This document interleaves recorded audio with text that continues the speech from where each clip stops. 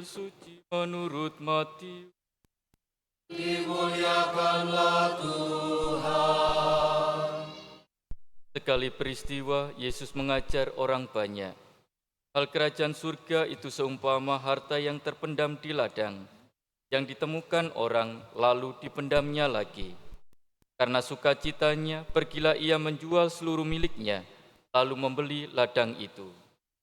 Demikian pula hal kerajaan surga itu seumpama seorang pedagang yang mencari mutiara yang indah. Setelah ditemukannya mutiara yang sangat berharga, ia pun pergi menjual seluruh miliknya, lalu membeli mutiara itu. Demikian pula hal kerajaan surga itu seumpama jala yang besar yang ditebarkan di laut. Lalu terkumpullah berbagai jenis ikan. Setelah penuh, jala itu diseret orang ke pantai. Lalu mereka duduk dan memilih ikan-ikan itu. Yang baik dikumpulkan ke dalam tempayan, yang buruk dibuang. Demikianlah juga pada akhir zaman, malaikat-malaikat akan datang memisahkan orang yang jahat dari orang benar. Yang jahat lalu dicampakkan ke dalam tungku berapi. Di sana akan terdapat ratapan dan kerta gigi.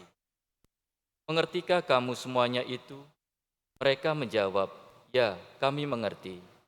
Lalu bersabdalah Yesus kepada mereka, karena itu setiap ahli Taurat yang menerima pelajaran tentang kerajaan surga itu, seumpama tuan rumah yang mengeluarkan harta yang baru dan yang lama dari perbendaraannya.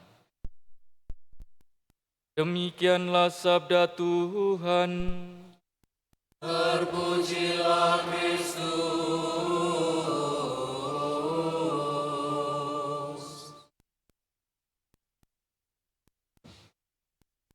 Suster, ibu bapak, saudara-saudari yang terkasih dalam Kristus, Tuhan Yesus datang ke dalam dunia secara hidup manusia itu mau mewartakan kerajaan surga. Jadi tujuan Yesus datang ke dunia mau mewartakan kerajaan surga. Nah, masalahnya kerajaan surga itu seperti apa? Apa itu definisi kerajaan surga atau kerajaan Allah? Dalam pewartaannya, Tuhan Yesus selalu memakai perumpamaan-perumpamaan.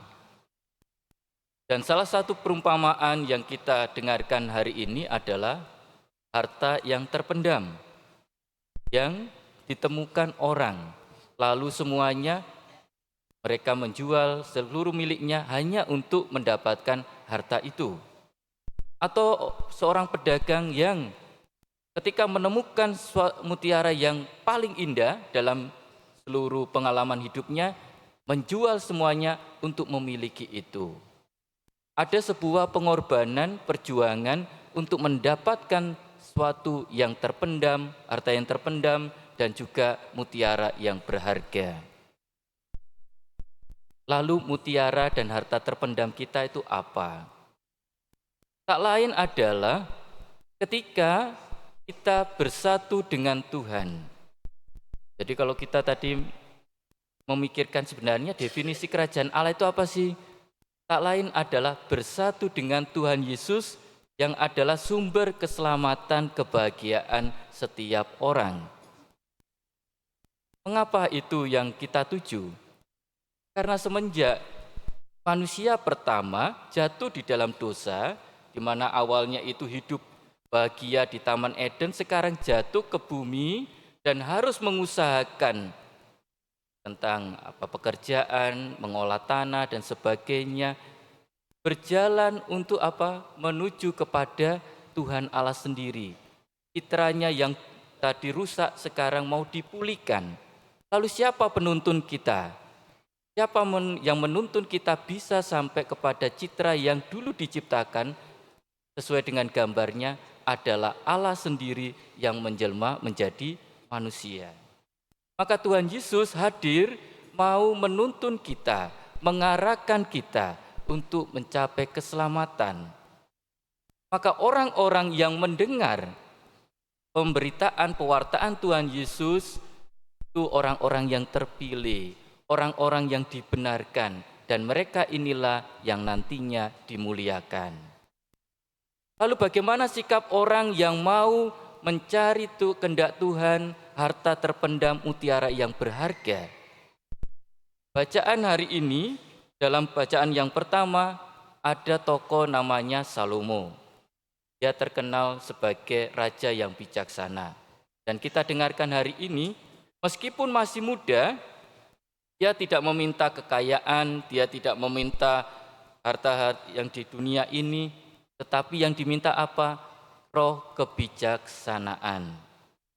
Beda ya dengan raja-raja atau pemimpin dunia zaman ini. Ambil contoh apa yang terjadi di Arab Saudi. Pemimpinnya masih muda toh? Lalu di mana? Korea Utara masih muda. Mana lagi? Kamboja masih muda. Yang seringkali membuat kontroversi hanya untuk memuaskan keinginannya, idealismenya sendiri-sendiri. Berbeda dengan Salomo, karena dia menyadari bahwa saya ini masih muda, diberi umat yang begitu besar, bangsa yang besar untuk digembalakan, dipimpin, maka meminta dahulu roh kebijaksanaan dari Tuhan. Kebijaksanaan itu adalah kehendak Tuhan yang terjadi di dalam hidup manusia. Maka ibu bapak, saudara-saudari, kalau kita menghadapi segala sesuatu dan harus memilih mana yang baik dan harus memberikan sebuah putusan penting, berdoalah lebih dahulu. Mohon roh kebijaksanaan. Karena roh kebijaksanaan inilah yang menuntun kita untuk mengerti kehendak Allah di atas kepentingan diri kita masing-masing. Itulah harta terpendam. Harta yang senantiasa dicari orang di dunia ini. Karena kalau kita mencari harta di dunia yang manusiawi, pasti tidak akan selesai, tidak akan puas, selalu kurang, benar ya tak?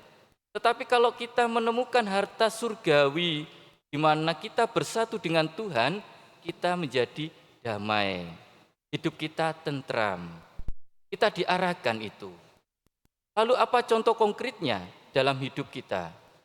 Ketika kita menghadapi persoalan tadi, carilah dahulu kerajaan Allah, maka semuanya akan ditambahkan bagimu. Ketika kita khawatir, Tuhan juga mengundang kita, akulah jalan kebenaran, datanglah kepadaku semua yang letih lesu dan berbeban berat. Maka ketika kita membaca firman Tuhan, tidak hanya membaca, kita diajar, dididik oleh Tuhan Allah sendiri. Tetapi yaitu tadi pelaksanaannya dalam hidup sehari-hari. Apakah kita setia menghidupi firman itu dan mengaplikasikan iman itu kepada sesama kita? Nah, ini yang menjadi pergulatan kita setiap hari. Tuhan bersabda, Tuhan mengajar, Tuhan mau memimpin arah hidup kita, tetapi seringkali manusia dengan kebebasannya milih jalannya sendiri. Maka tidak menemukan harta yang terpendam atau mutiara yang berharga. Kita diberi akal budi untuk memilih mana yang baik, mana yang tidak baik. Tetapi seringkali kita kompromi, ya enggak apa-apalah, hari ini yang milih yang ini dulu ya Tuhan. Loh, Tuhan diajak kompromi. Tapi Tuhan itu jelas, pilihlah yang baik, yang benar, yang menyelamatkan. Bukan memilih yang enak tetapi menuju pada kebinasaan. Maka ibu bapak, saudara-saudari yang terkasih dalam Kristus, kita mohon kekuatan Tuhan, roh kebijaksanaan itu hadir di dalam hidup kita. Kita mau menemukan wajah Tuhan, mau menemukan harta terpendam mutiara berharga dalam hidup kita. Maka pertanyaan yang bisa kita refleksikan, sebenarnya mutiara atau harta terpendam kita ini apa sih? Apakah itu mengarahkanku kepada Tuhan sehingga aku menemukan kedamaian, kebenaran, dan keselamatan?